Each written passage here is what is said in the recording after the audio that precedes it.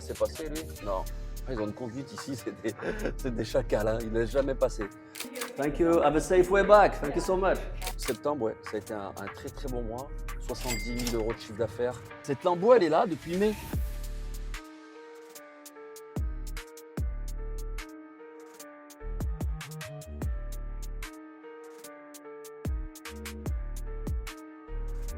En haute saison, en moyenne, 500 € la nuit. Si, la nuit du jour de l'an, du 30, 31, c'est 2000, 2500 € la nuit.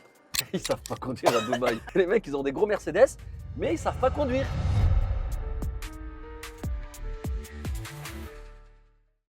Bon les amis, on vient de poser les enfants à l'école. On va passer une petite matinée ensemble. Ça fait super plaisir de vous retrouver. Ça fait un bail que j'ai pas tourné de vidéo YouTube. Allez, on va prendre la voiture et je vais vous expliquer pourquoi. Hein, ok, allez, c'est parti. Donc là, l'idée, c'est qu'on vient de rentrer 2 appartements en sous-location à Dubaï. L'idée, c'est qu'on a un check-out ce matin. On a un check-out, une sortie à 11 h. D'ailleurs, petite parenthèse, là, c'est une voyageuse. On lui a envoyé le message sur WhatsApp et sur Airbnb pour lui dire que le check-out est à 11 h. Silence radio, pas de nouvelles, rien, ni oui, ni je vais être en retard, ni je pars tôt, rien. Donc je ne sais pas si vous avez déjà eu le cas, ce type de voyageur, lorsque vous leur envoyez des messages, ils ne vous répondent jamais. Mais vraiment jamais. Des fois, on peut avoir des bonnes surprises, des gens qui partent tôt le matin. Et des fois, par contre, tu viens à 11 h, frappe à la porte et ils sont encore là. Ils n'ont pas compris. Des fois, c'est un peu ça l'idée aussi. C'est qu'ils ne veulent pas répondre parce qu'ils veulent partir plus tard et ils n'osent pas le dire. Parce qu'ils savent qu'ils vont devoir payer un upsell. Upsell, c'est quand tu fais payer du check-out tardif. Donc là, on va aller à l'appartement. Alors là, il est 8 h, 8 h 20. On a posé les enfants à l'école, comme je viens de te le dire. Le check-out, c'est 11 h. Donc ce qu'on va faire en attendant, on va aller là où se trouve l'appartement. Ça s'appelle Downtown, exactement Souk El Bahar. Magnifique endroit, tu vas voir. On va tourner là-bas, tu verras, ça va être magnifique. Et entre-temps, on va aller bruncher, on va aller manger, se prendre un petit déj sympa avec une vue sur le Burj Khalifa. Et tu vas voir, ça va être un moment magnifique. Parle-nous un peu de ton appartement. Alors, c'est pas un appartement, c'est plusieurs, tu as dit ton. Il y en a 2 d'appartements. Les 2 sont à Downtown, qui est, on va dire, la zone autour de Burj Khalifa, qui est vraiment le cœur de Dubaï. Les 2 sont des 2 chambres. Et celui qu'on va aller voir aujourd'hui, il est dans un endroit 2 minutes à pied, je crois, de Dubaï Mall et de Burj Khalifa. Appartement vraiment magnifique qu'on a récupéré, je crois que c'était en mai. C'était vraiment le premier bien en sous-location à Dubaï. Moi, comme vous le savez, j'ai commencé la sous-location en 2018. On a rentré, là on doit être à 37, 38 biens à Toulouse. Société à partir de Toulouse, 38 biens. Donc voilà, on rentrait des biens. Moi, la France, je rentre des appartements, je ne vais pas te dire en claquement des doigts, mais chacun sait ce qu'il a à faire. C'est facile de rentrer un appartement, c'est facile de l'automatiser parce que quand tu es au 37e, 38e, il y a un caractère automatique et il y a une facilité dans le onboarding, le fait d'entrer un appartement qui est assez maintenant bien rodé. Par contre ici, franchement, j'ai découvert plein de choses. La gestion est quasi identique encore. Par contre, bon, il faut créer une société, bien sûr.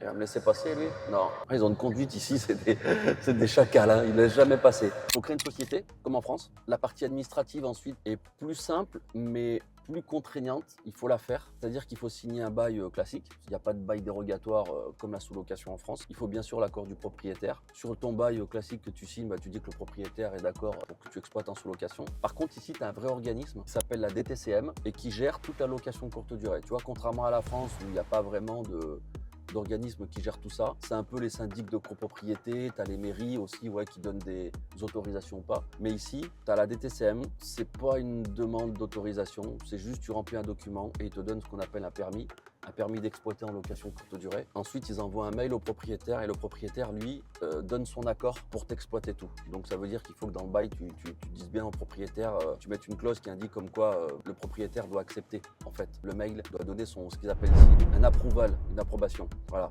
c'est toujours ce côté un peu juridique. Moi, comme vous le savez, je suis juriste de formation et c'est pour ça aussi, c'est une des raisons pour lesquelles ça vient fonctionner pour moi la location courte durée en France, qu'elle est réglementée, qu'au début tu peux pas faire les choses n'importe comment. Donc tu as ça et ensuite ton appartement, tu le meubles, tu le décores comme partout. Sauf que là, le souci c'est que la main d'œuvre, elle est abondante, pas chère, mais elle est éclatée.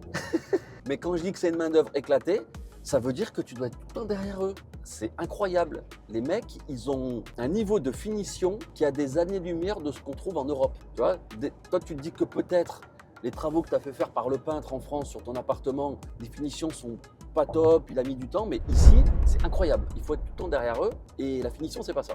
Enfin bref, l'appartement à la rentrée, il tourne, on en est super content. Là, nous sommes en octobre, on finit la basse saison, on est en fin de basse saison, vraiment. Et là, on démarre fort la haute saison. Et ce matin, une trentaine de degrés. Donc là, les gens commencent à arriver un peu plus en masse. C'est vraiment le début de la haute saison à Dubaï. Il y a un phénomène haute saison et basse saison qui est très très fort ici quand tu compares la France. Moi, je sais qu'à Toulouse, par exemple, à Toulouse, l'appartement, il marche toute l'année. Il marche mieux d'avril à septembre. Mais ensuite, il continue à tourner, quoi. Alors qu'ici, haute saison, tu as des tarifs, tu peux avoir des 1000 € la nuit sur un 2 chambres. Par contre, l'été, il n'y a personne. Quand il n'y a pas grand monde, là, tu vas descendre à 100 balles la nuit. Tu vois, tu as un ratio de 1 à 10, quoi. Donc, c'est vrai que c'est un peu différent de la France à ce niveau-là, mais c'est vraiment hyper, hyper intéressant.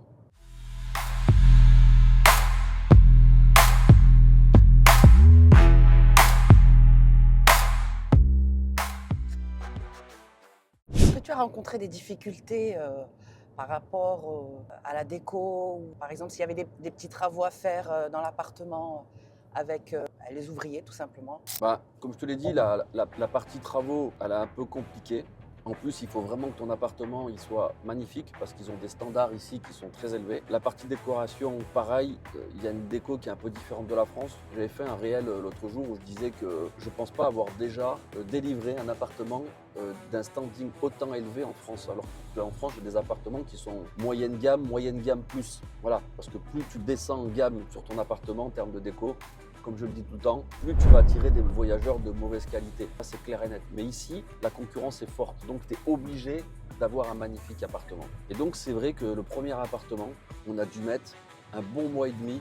Franchement, un bon mois et demi entre le moment où on nous a donné les clés et le moment où on l'a terminé. Vraiment, on a fini l'ameublement. Donc, c'était un peu compliqué avec la déco. Bon, ma femme s'occupe de la partie déco, donc c'était un peu plus facile. Mais ouais, un peu compliqué le premier. C'est normal, tu essuies les plâtres, hein, le premier. Après le second, tu corriges un certain nombre de choses. Mais c'est toujours pareil, il y a des process à mettre en place. Heureusement que j'avais ce background en France, des différentes étapes pour pouvoir ici dupliquer avec des particularités un peu différentes, mais ça m'a beaucoup aidé quand même. Et en fait, là aujourd'hui aussi à Dubaï, je suis accompagné en fait. Je me suis rapproché de quelqu'un qui a plus de 70 appartements et qui est mon mentor, qui m'accompagne. C'est la même chose en France, quoi. Si tu démarres seul, ça va être hyper compliqué pour toi. Ça va être dur. Il y a 80% de chance, de risque, pardon, que tu abandonnes. Quand tu es seul, le taux d'échec est de 80%. Ça, c'est une statistique, hein. Quand tu es en communauté accompagné avec un mentor, le taux de réussite est de 80%. Donc moi, je voulais pas me casser la gueule ici. C'est des gros investissements. Donc je me suis rapproché de quelqu'un que je paye. C'est un investissement, mais j'investis en moi et j'investis en mon futur ici. Aussi simple que ça.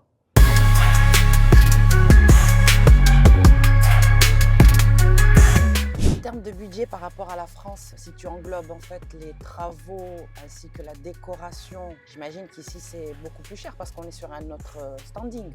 Ouais, ici on va dire le ticket d'entrée. C'est pour ça que la France est un formidable marché pour la location courte durée.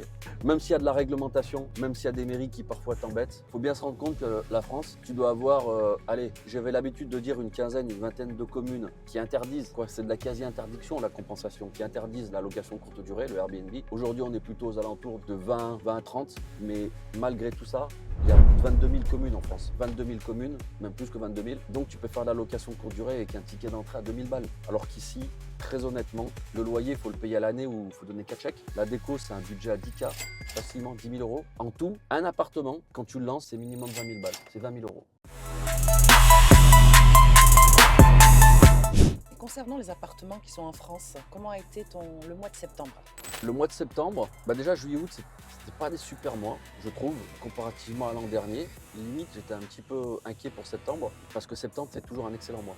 Mais septembre, ouais, ça a été un très très bon mois. Je crois qu'on a dû terminer à plus de 80% de taux d'occupation, 70 000 € de chiffre d'affaires.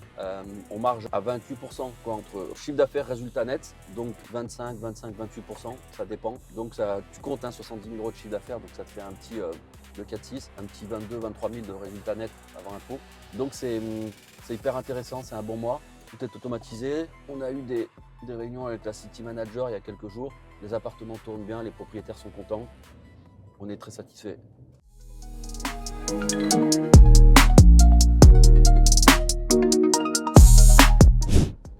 Alors ici à Dubaï, la sécurité dans les buildings, c'est un truc de dingos. Ils te demandent vraiment un tas de choses par rapport à l'entrée. Il faut enregistrer les entrées et les sorties des voyageurs, leur donner les passeports. Au building, à la DTCM, je t'en parlais tout à l'heure, l'autorité qui régule la location de courte durée ici à Dubaï. La place de parking, c'est celle-ci là, mais je vais aller ailleurs parce que je vais pas prendre la place de parking des voyageurs. Hop, on va reculer.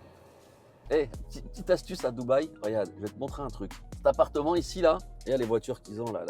Regarde-moi là, le building là, entre les G63, les G je sais pas trop quoi là, tous ces gros 4x4 là.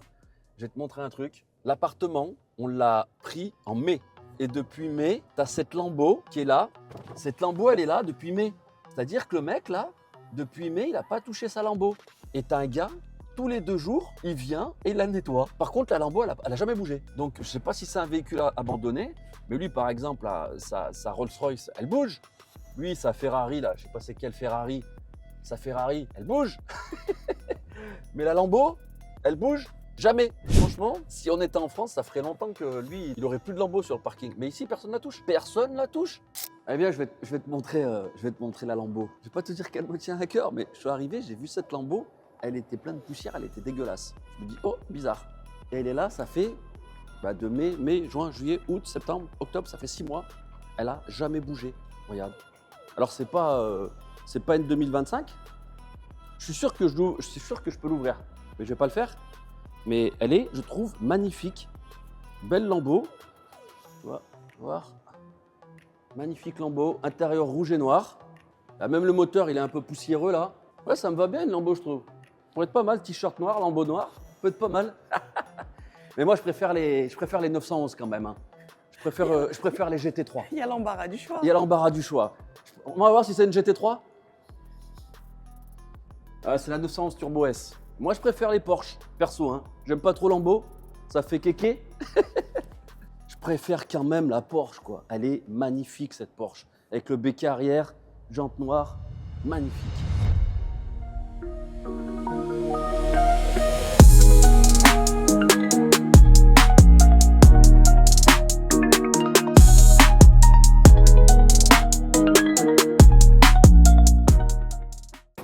Bon les amis, on va passer à table. Formidable buffet. Je n'ai pas l'habitude de prendre quelque chose de si copieux, mais nous sommes 2. Sucré, salé. Moi je suis plutôt salé. Le matin je prends pas de petit déj parce que je vais au sport d'habitude. Et ensuite, en rentrant du sport, je prends ma dose de protéines. Mais là, c'est un moment breakfast avec madame. Donc on va se faire plaisir. Ah, je crois que le voyageur est en train de partir. Thank you. Have a safe way back. Thank you so much. Inshallah, next time. Thank you. Bye bye. Vue quand même absolument magnifique. Tu sors de ton appartement, qu'est-ce que tu as? La plus haute tour du monde.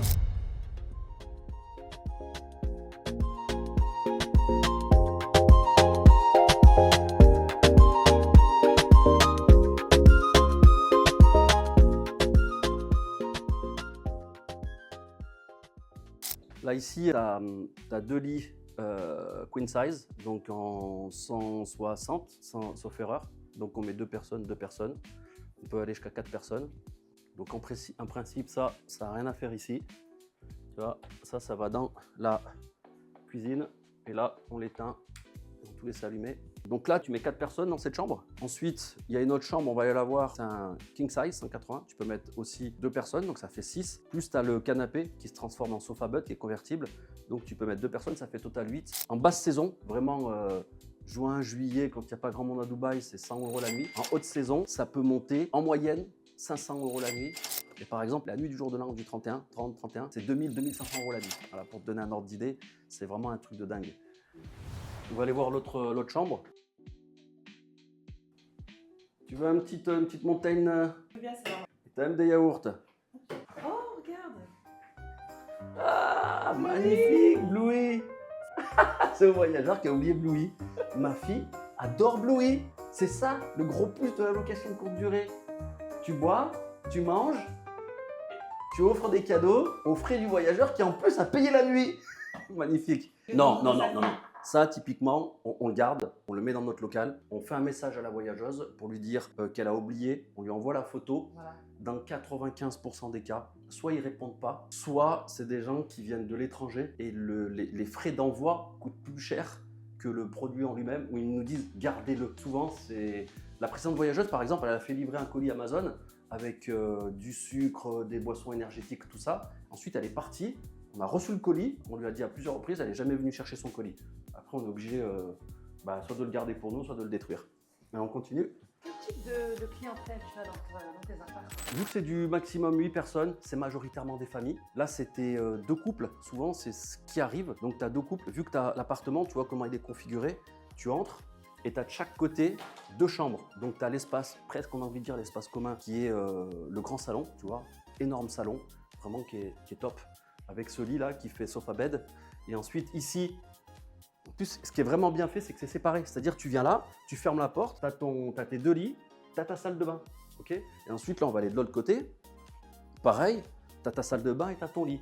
Donc majoritairement des familles ou 2 familles, 2 couples qui viennent, 2 familles, couple plus 1 ou 2 enfants. Ça se fait beaucoup. Voilà, donc là on a l'autre salle de bain. C'est propre, c'est nickel. Tu as un type de nationalité qui se démarque par rapport aux autres? Par exemple, est-ce que tu as plus de personnes qui viennent de la même région? Il y a beaucoup de Saoudiens. Il y a beaucoup de Saoudiens qui viennent. Pourquoi? Parce qu'ici, on est dans l'area Souk al-Bahar. C'est un peu arabique moderne. Donc, les gens d'Arabie Saoudite, ils aiment beaucoup. Les gens qui veulent le petit côté arabique et en même temps de la modernité et vraiment une prestation très très haut de gamme. Donc, on a ce type de clientèle-là. Là, c'était plutôt des Indiens ou des Pakistanais. Mais il y a un petit peu de tout. Mais majoritairement, c'est plutôt des gens du Moyen-Orient et d'Asie. Ouais. Donc là, elle est en train de terminer la chambre. Ça, c'est la master bedroom. Tu peux rentrer si tu veux. Voilà, on a fini la visite. L'appartement est en super état. C'est souvent le cas. Très honnêtement, avec les familles, c'est souvent en super état. Il n'y a pas de phénomène de fête, il n'y a pas tout ça.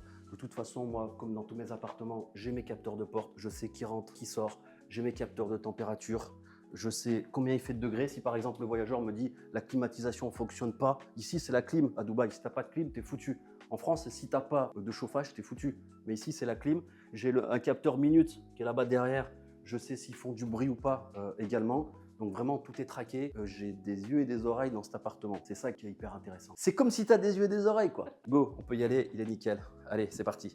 Bon, super, l'appartement est vraiment en super état. La femme de ménage est en train de le terminer. Elle vient de commencer, elle va le terminer. Nous, on va y aller. Je vous aurais bien fait visiter la piscine et tout. Mais une prochaine fois, c'est tellement grand. Ouais, comme tu peux voir, c'est vraiment un style arabique moderne. Ça plaît vraiment beaucoup. Ça change des buildings, des grands buildings à Dubaï.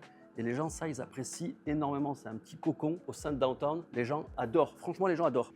Là, les ascenseurs qui mènent directement à la piscine. Piscine, salle de jeu pour enfants, billard, salle de sport, bien sûr. La Lambo, elle est toujours là. Et en fait, c'est vrai, on présente des Lambo, on présente des Porsche, on présente le Defender 7 places qui doit coûter... je sais pas combien ça coûte, un truc comme ça doit coûter 200 000 €, quoi, facile, même plus, 250. Le prix d'un appartement, le prix d'un studio parisien. Mais vraiment, ce qu'il faut savoir, c'est qu'à Dubaï, tu as tout type de façon de vivre.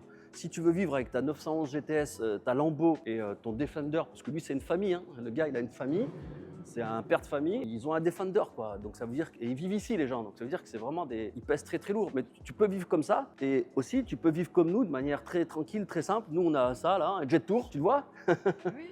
C'est l'équivalent du 5008 français et c'est hyper agréable, c'est super bien et on n'est pas on est des gens normaux, quoi. Et par contre, niveau business, on aime faire du fric. On aime faire du fric avec des appartements. Tu m'as pas posé la question, mais un appartement comme ça en moyenne, c'est 1500 à 2000 € par mois en moyenne. C'est-à-dire qu'en été, quand tu es en basse saison, l'objectif c'est d'être à break-even. Break-even, ça veut dire quoi? Ça veut dire que tu gagnes pas, tu perds pas de l'argent. Ok? C'est ça l'objectif, que tu n'es pas allé chercher dans ta trésor. Mais en haute saison, à partir de là on est en octobre. Septembre, on a fait un mois à break-even. Octobre, déjà, on sait qu'on va être à 2000-2500 € de profit. Et ensuite, novembre, tout ça, ça va augmenter sensiblement. Et ensuite, quand tu vas arriver février, mars, tu vas repartir tout doucement vers la basse saison. Mars, avril, tout ça, les chaleurs vont arriver. Mais globalement, pour te dire, voilà, il y a de tout à Dubaï. Mais le plus important, c'est qu'on est ici pour faire du business. C'est ça le plus important. Allez, Jet Tour, pour ceux qui sont à Dubaï, mais c'est une marque chinoise fantastique. Et je ne pense pas qu'en France, ils acceptent qu'on importe ce type de véhicule parce que ça, c'est la moitié du prix d'un 5008.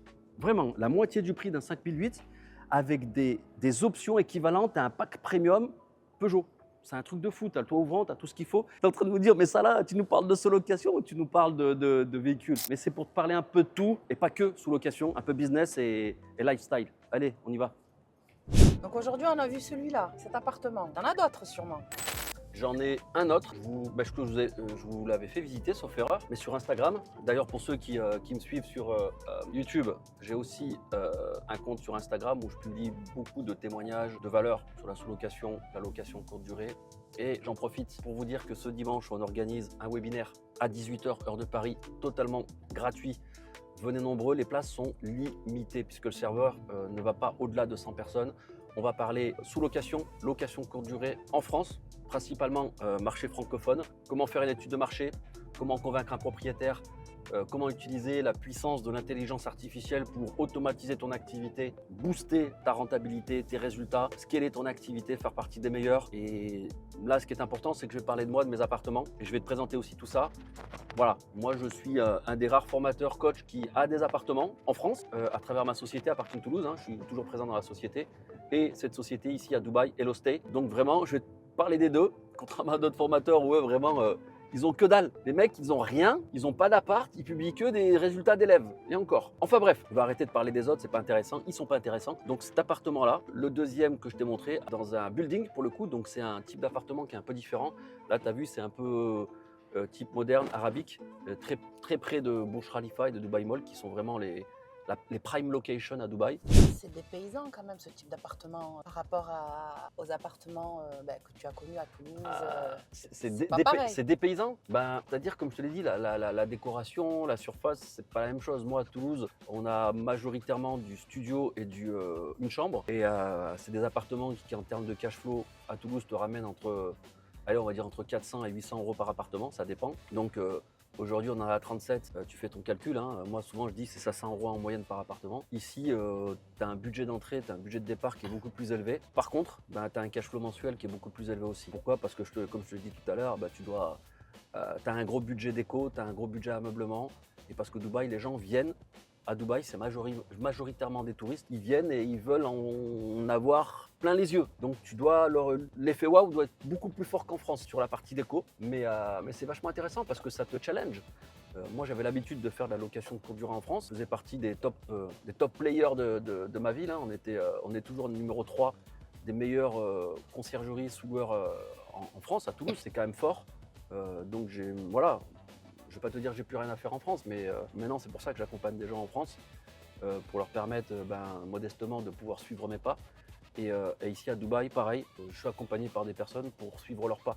L'accompagnement est vachement important, les amis. Seul, c'est hyper compliqué. Je répète, je l'ai dit à nouveau, mais seul, c'est compliqué parce que je vois tellement de gens dire ça là, je vais me lancer, on va voir ce que ça donne. Les mecs, je vais te rappeler dans 2 mois et c'est mort, tu seras encore en train de prospecter ou tu auras abandonné parce que tu vas te prendre plein de refus. Donc arrête avec ton. Je vais me lancer, je vais voir ce que ça donne. Le je vais voir ce que ça donne, c'est une expression qui est négative. Donc toi, à la base, déjà, tu es négatif. Qu'est-ce qu'il fait, lui? Ils savent pas conduire à Dubaï. Les mecs, ils ont des gros Mercedes, mais ils savent pas conduire. On se demande qu'est-ce qu'il fait avec son Mercedes, le gars. Donc là, 2 appartements. On ne pourra pas scaler comme on a scalé en France, parce qu'en France, c'est 2000 euros par appartement en budget de départ, donc tu peux scaler l'activité fort. Et ensuite, on avait des telles relations avec les propriétaires qu'il y en avait qui ne demandaient même pas de caution. Parfois, ils payaient l'ameublement. Donc, on a pu scaler très très vite et aller chercher, je crois que la première année, on était déjà à 7-8 appartements, la deuxième année à 15. Ici, c'est compliqué parce que si tu as 7 appartements la première année, ça veut dire que tu as mis 140 000 euros sur la table. C'est quand même énorme. La France, pour moi, c'est le meilleur marché pour la location courte durée. C'est le meilleur marché. La réglementation, certes, est non pas stricte, mais elle est présente. Mais dès lors où tu crées la bonne structure juridique, tu fais ton étude de marché, tant juridique que financière, économique sur ton appart, savoir combien il va te ramener. Mais après, derrière, mec, tu scales ton activité, il n'y a pas meilleur business que la sous-location. Il n'y a pas meilleur business que la sous-location. Oui, dès lors que tu es dans les règles, c'est bon. Ouais, tout à fait. Tu tout n'as à qu'à fait. avancer. Ouais, après, le dès lors, il est facile à dire, mais. Oui.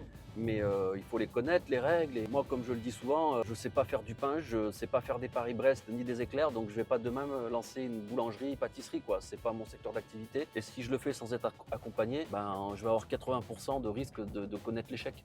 Ça, c'est sûr. C'est pareil pour le business de la sous-location, de la conciergerie, de manière générale, de la location courte durée. Donc les amis, Les amis, encore une fois, tant que tu ne te confrontes pas au réel, tant que tu ne passes pas à l'action, tu ne peux pas dire que tu es un entrepreneur et tu ne peux pas te plaindre de ta situation. D'accord? Ne te plains pas de ta situation si tu passes ton temps à regarder des vidéos YouTube sans passer à l'action, sans vouloir te faire accompagner. Ok?